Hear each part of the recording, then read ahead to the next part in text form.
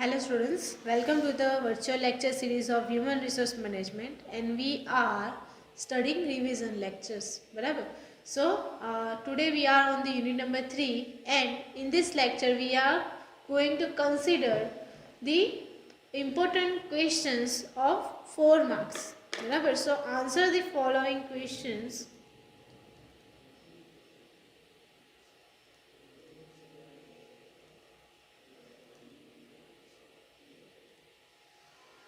Which are of 4 marks.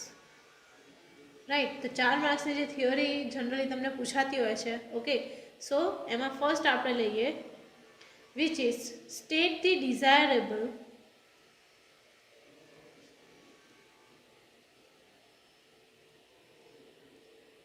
characteristics of a group member.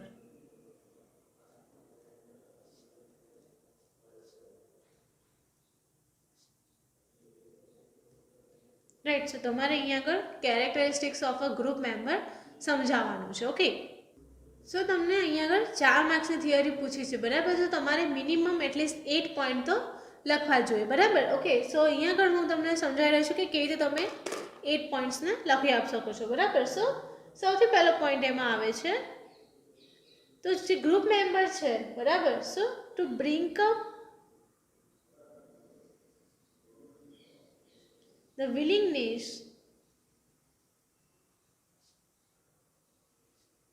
to walk up to the ability of work.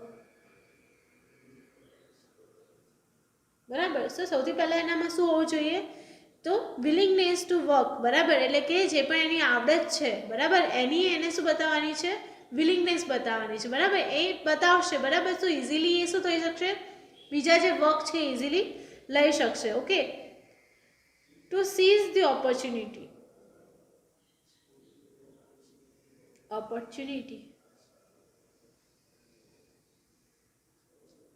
of development and growth.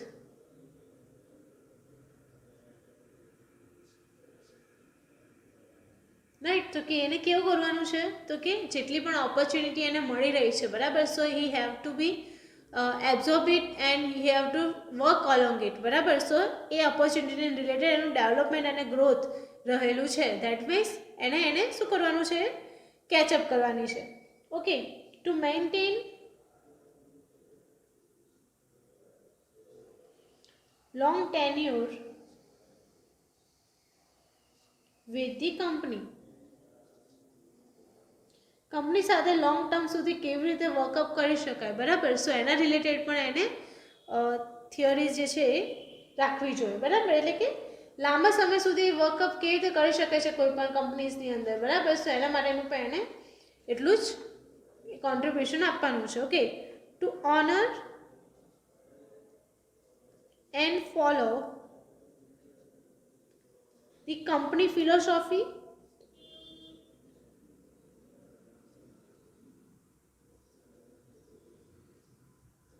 policy and procedure traditions. બરાબર, એટલે કે 3 P એને ધ્યાન રાખવાના છે. એટલે કે કંપનીની ફિલોસોફી શું છે, એની પોલિસી શું છે અને પ્રોસિજર કેવી રીતે વર્ક કરે છે. બરાબર, સો એને ઓનર બી કરવાનું છે અને he have to must follow that procedures or the policy and the philosophy. બરાબર, સો એ જો એક એબિલિટી કમ્પ્લીટ કરે છે. બરાબર, સો he remains very long and maintain long tenure with the company. બરાબર, સો એ બંને અહીંયા આગળ ફૂલફિલમેન્ટ થતું હોય છે. ઓકે, આફ્ટર ધેટ આવે છે of the job behaviour. Okay, કઈ ટાઈપનો બિહેવિયર એને રાખવાનો છે કંપની સાથે એન્ડ એના એમ્પ્લોઈઝ સાથે. બરાબર, એ પણ એમાં ઇમ્પોર્ટન્ટ પાર્ટ કરે છે. Okay, to maintain ethical standards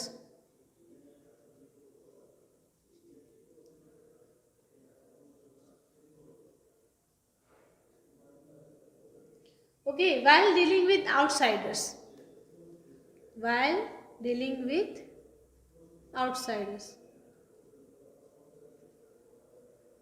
okay, એ સિવાય તમે લખી શકો છો કે he should be committed to the assignments. બરાબર, પછી he should show active participation in and the participative demand, બરાબર. સો એ કોઈ પણ એવી એક્ટિવિટી આવે છે જેમાં એનું એક્ટિવ પાર્ટિસિપેશન રિક્વાયર છે, સો એ પણ એમાં હોવું જોઈએ. Okay, and avoidance of the bad habit, right. તો જો બેડ હેબિટ છે લાઈક સ્મોકિંગ છે કે ડ્રિંકિંગ છે, બરાબર, સો એ પણ એને અવોઇડ કરવું જોઈએ, because this kind of things will be distract him to do proper work, બરાબર. સો એના માટે એને એ ટાઈપની સિચ્યુએશન્સ પણ અવોઇડ કરવી જોઈએ, બરાબર. And avoid of the whistle blowing behaviour, બરાબર, જે તમને ઓલરેડી મેં લેક્ચર્સમાં ઘણું ડિટેલમાં સમજાવેલું છે, બરાબર. તમે પ્રીવિયસ લેક્ચર્સ પણ જોશો તો તમને ખ્યાલ આવશે, બરાબર. તો આ રીતના તમે જેટલા પણ પોઈન્ટ્સ છે અહીંયા આગળ શો ઓફ કરી શકો છો. ઓકે, નેક્સ્ટ ક્વેશ્ચન આપણે જોઈએ. What is attitude in the human nature?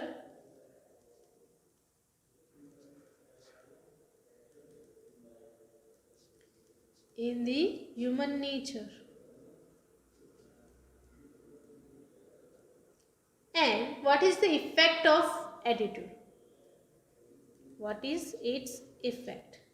બરાબર. સો તમારે આ બે વસ્તુ અહીંયા આગળ સમજાવવાની છે. ઓકે, સો આમાં તમારે શું સમજાવવાનું રહેશે તો કે સૌથી પહેલાં ડેફિનેશન લખવાની છે એટીટ્યુડની, રાઈટ. સો એટીટ્યુડની ડેફિનેશન શું થશે? So attitude of a person is a reflected of the behaviour, બરાબર. એના બિહેવિયર થ્રુ એ શું થાય છે? રિફ્લેક્ટ થાય છે. Okay, so attitude are the feelings and the beliefs that largely define how employees will perceive. Okay, એ સિવાય તમે લખી શકો attitude means psycho-emotional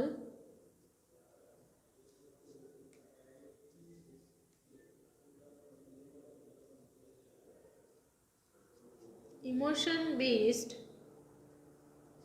consistent behavior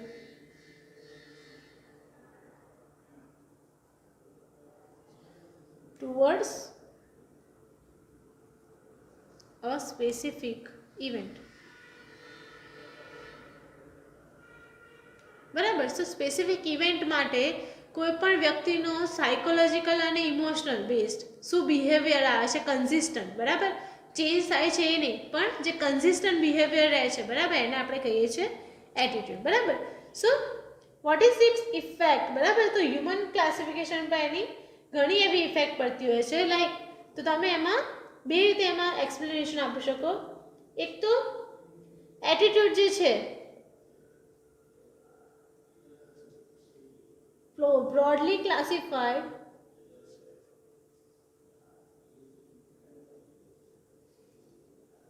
in positive,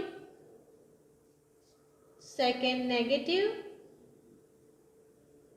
and the third one is indifferent, બરાબર. સો ત્રણ રીતે એના ક્લાસિફિકેશન થાય છે કે તમે કઈ ટાઈપનું બિહેવિયર છે એ પ્રમાણે એની ઇફેક્ટ એની પર આવતી હોય છે. If you are behaving positive, બરાબર, so it will be effect very supportive and the strong effect, બરાબર.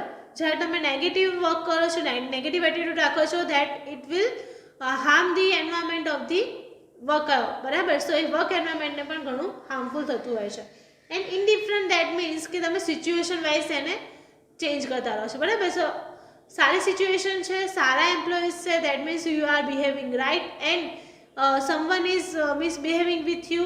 ઓકે, સો તમારા કદાચ લોઅર ગ્રેડમાં તમારા એમ્પ્લોઈઝ આવતા હોય તો તમે એની સાથે મિસબિહેવ કરો છો, બરાબર. સો એ તમારો ઇનડિફરન્ટ ટાઈપ ઓફ બિહેવિયર થઈ ગયો. ઓકે, સો એ પણ તમે એમાં ડિટેલમાં સમજાવી શકો છો. ઓકે, નેક્સ્ટ ક્વેશ્ચન લઈએ આપણે, which is explain concept of Johari window.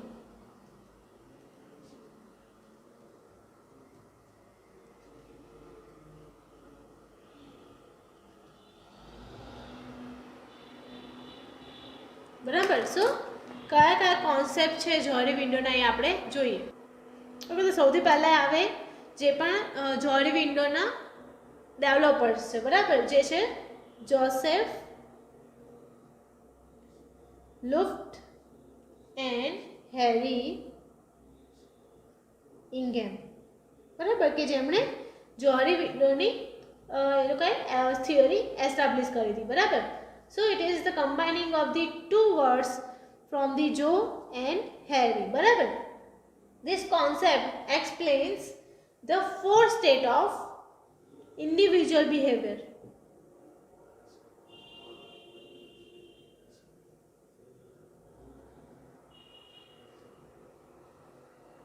Right.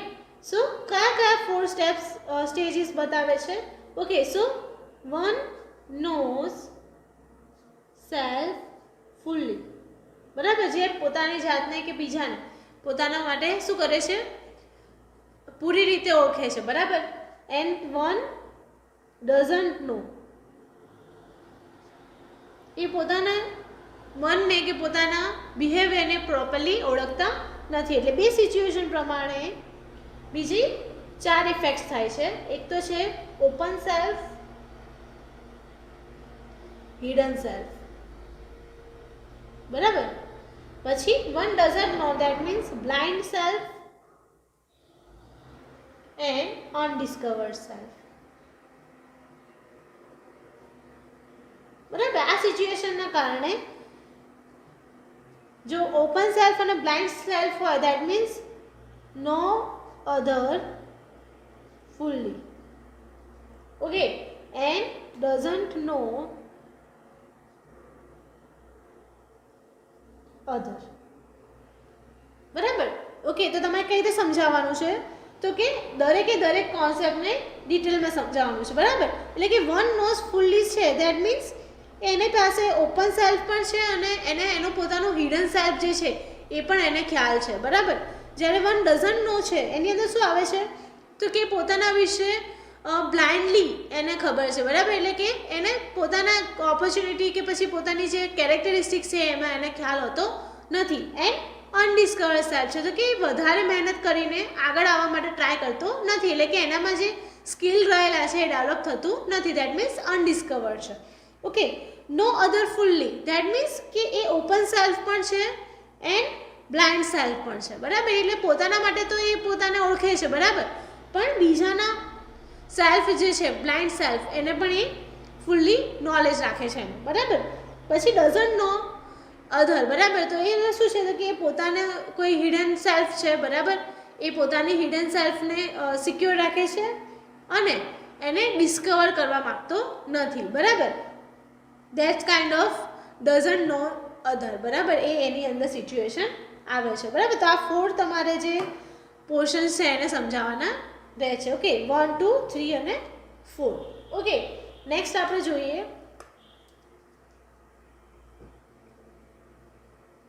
Game theory. Okay.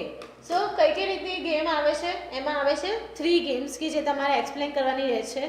The first one is zero sum. Okay. Or the win lose game. બરાબર. એને એક્ઝામ્પલ થ્રુ જ તમારે સમજાવવાનું છે કે વિન લૂઝ ગેમની અંદર શું આવે છે. ઓકે. સો વિન લૂઝ ગેમ છે એની અંદર શું આવે છે? તો કે જેટલું લોસ એક પાર્ટીને થાય છે, બરાબર, એટલો જ ગેઇન સામેવાળી પાર્ટીને થાય છે. બરાબર. સો એમાં કોઈ પ્રોફિટ કે પછી લોસ એમાં થતો નથી. બરાબર. એટલે કે ઇક્વલ પોર્શન્સમાં જ્યારે વિનિંગ થતું હોય, બરાબર, એને આપણે કહીએ છીએ zero sum or the win lose. Okay. પછી આવે છે વિન વિન થિયરી. એટલે કે કંપનીને બી ફાયદો થાય છે અને એના થ્રુ પ્રમોશન્સ ને એ બધું મળે છે. એના થ્રુ એમ્પ્લોઈઝને બી ફાયદો થતો હોય છે. બરાબર. તો એને થઈ ગયું win win theory. And the third one is win lose theory. Sorry, lose lose theory.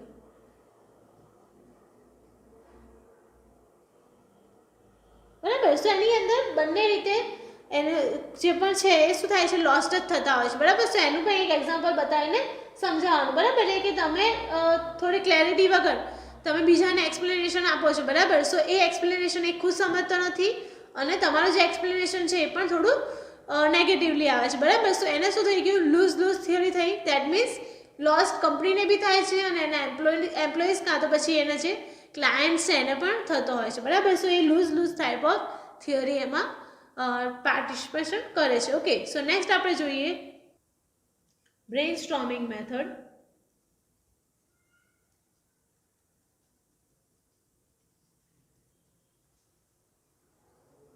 બરાબર. સો અહીંયા તમને એક્સપ્લેનેશન પૂછી શકે છે 4 માર્ક્સની અંદર. ઓકે. સો અહીંયા આગળ ઇમ્પ્રુવિંગ ધ ઇન્ટરપર્સનલ કોમ્પિટિશન્સ, બરાબર, જે મેથડ્સ છે, બરાબર, 4 મેથડ આપણને આવે છે એમાં: brain storming, nominal groups, Delphi method અને ધી ડાયલેક્ટલ ડિસિઝન મેથડ, બરાબર. સો એમાં બ્રેન સ્ટોર્મિંગ મેથડ થ્રુ આપણે શું કરી શકીએ છીએ, તો એના ડિફરન્ટ પોઈન્ટ્સ તમારે એમાં સમજાવવાના રહે છે.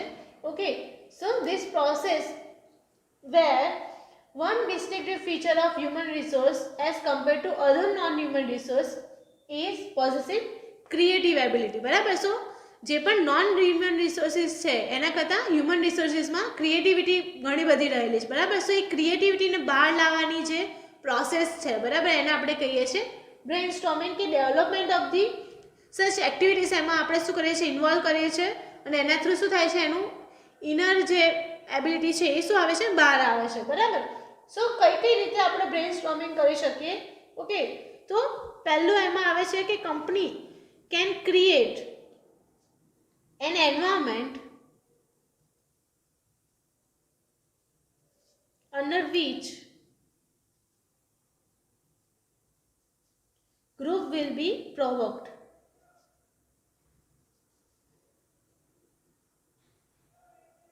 Right, to develop his inner abilities and the creativity, બરાબર. તો એવું આપણે એન્વાયરમેન્ટ ક્રિએટ કરી શકીએ, બરાબર. પછી ટુ પ્રોવાઈડ સચ રોલ્સ, બરાબર, એક એવા રોલ્સ પ્રોવાઈડ કરી શકીએ, બરાબર, ઇન્ડિવિજ્યુઅલ ગ્રુપ મેમ્બરને, બરાબર. એવું નહીં કે એક જ વ્યક્તિને તમે કામ આપો, you should provide such roles to individual, બરાબર, according to their creativity and to develop innovative ideas, બરાબર. પછી એનાલાઇઝ ઓર સિન્થેસાઇઝ, કોની કેવી એબિલિટી છે, બરાબર, એનું એનાલિસિસ તમે પ્રોપરલી કરો અને સિન્થેસાઇઝ કરો, બરાબર, કે એના પ્રમાણે જ એના વર્કનું અલોટમેન્ટ થાય, બરાબર. એ સિવાય to regulate the critical and destructive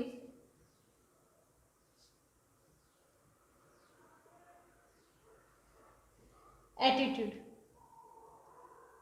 બરાબર. એટલે કે તમે એને રેગ્યુલર કરો, ધેટ મીન્સ ક્રિટિકલ અને જે ડિસ્ટ્રક્ટિવ એટીટ્યુડ છે એને પ્રોપરલી મેક્સ કરો, બરાબર. એ સિવાય તમે લખી શકો બ્રેન સ્ટોર્મિંગ એક્સરસાઇઝ કઈ કઈ તમે કરાવી શકો છો, બરાબર, એના એડવાન્ટેજીસ શું છે, ઓકે, એના થ્રુ બીજું શું ડેવલપમેન્ટ થતું હોય છે, ઓકે, એ બધા તમે ક્રાઇટેરિયા બ્રેન સ્ટોર્મિંગ મેથડની અંદર એક્સપ્લેન કરી શકો છો. ઓકે, નેક્સ્ટ તમારો ક્વેશ્ચન્સ છે, state determinants of the interpersonal behaviour.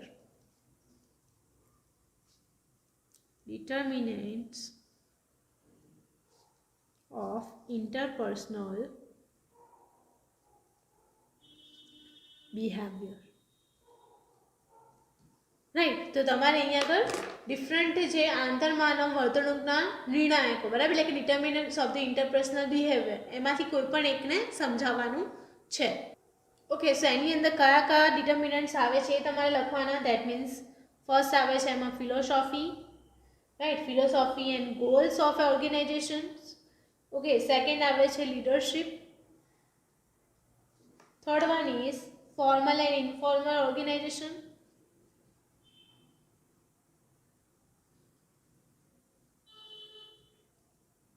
Okay, fourth one આવે છે એમાં social environment. Fifth one આવે છે એમાં control systems. And six one આવે છે social system, equalism between employee attitude and the situation.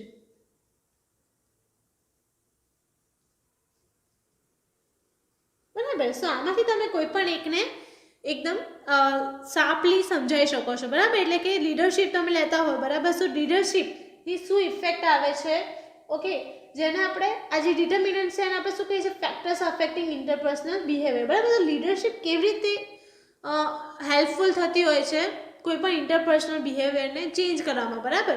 સો એના તમારે ફિલોસોફી એન્ડ લખવાના રહે છે, બરાબર. સો એ ઇઝી રહેશે તમારા માટે રાઇટઅપ કરવાનું, because every individual or the group, okay, strives to adjust with the organization climate and environment, બરાબર. સો એ જે સ્ટ્રાઇવિંગ છે, બરાબર, સો એની ઇફેક્ટ જનરલી લીડરશિપના કારણે પડતી હોય છે, બરાબર. તે તમારે ધ્યાનમાં રાખવાનું છે. એ સિવાય તમારો જે લાસ્ટ ક્વેશ્ચન છે શેના રિગાર્ડિંગ છે તો કે explain formal and informal groups, બરાબર. તો ફોર્મલ ગ્રુપ્સની અંદર કયા કયા આવે છે અને ઇન્ફોર્મલ ગ્રુપ્સની અંદર કયા કયા ગ્રુપ્સનું ઇન્વોલ્વમેન્ટ થતું હોય છે, બરાબર. તો એને તમારે ડિટેલમાં સમજાવવાનું રહે છે, બરાબર. તો તમે એને પહેલાં ફોર્મલ ગ્રુપ્સ વિશે સમજાવો, એ પછી તમે ઇન્ફોર્મલ ગ્રુપ્સ વિશે સમજાવશો તો તમે ઇઝીલી સમજાવી શકશો, બરાબર. સો અહીંયા આગળ આપણે યુનિટ 3ના જે ઇમ્પોર્ટન્ટ ક્વેશ્ચન્સ છે એ કવરઅપ કરીએ છીએ. ઓકે, આ સાથે આપણે નેક્સ્ટ લેક્ચરમાં યુનિટ 4ના ઇમ્પોર્ટન્ટ ક્વેશ્ચન્સને સ્ટડી આઉટ કરીશું. ઓકે, ત્યાં સુધી આઈ એમ કૃષ્ણા પંચાલ સાઇનિંગ ઓફ. જય શ્રી કૃષ્ણ.